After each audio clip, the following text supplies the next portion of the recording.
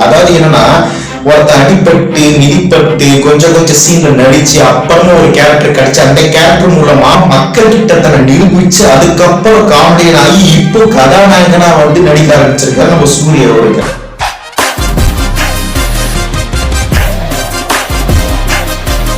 நீ என்ன பண்ண? ஓ படத்துல நடிச்சவங்க மட்டும் தான் நடிக்கிறா? அதுக்கு முன்னாடி ஸ்கூல் லைஃப் காலேஜ் லைஃப்ல எல்லாம் சுக்கர உச்சத்துல இருக்க போட்டிருக்கு. வாட்டர் ஸ்டார் பேர் வச்சு ஸ்ட்ரெயிட்டா டாப்புக்கு போயிட்டாப்ல. ஆனா என்னதான் டாப்புக்கு போனா சதீஷ் பாபு நல்லவனா கெட்டவனா செக் பண்ண தேவையில்ல அப்படின்னு சொல்லிட்டு நவீன் குமார் ஒருத்தர் பிளாக் கலர் ஷர்ட் போட்டுக்கிட்டு கருப்பு கலர் மோஸ்ட் பாட்டி வருவாங்க.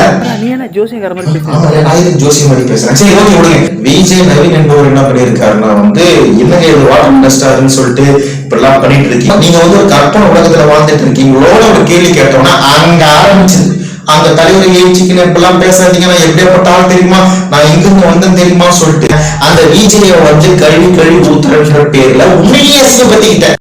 இந்த அவமானம் உனக்கு தேவையா?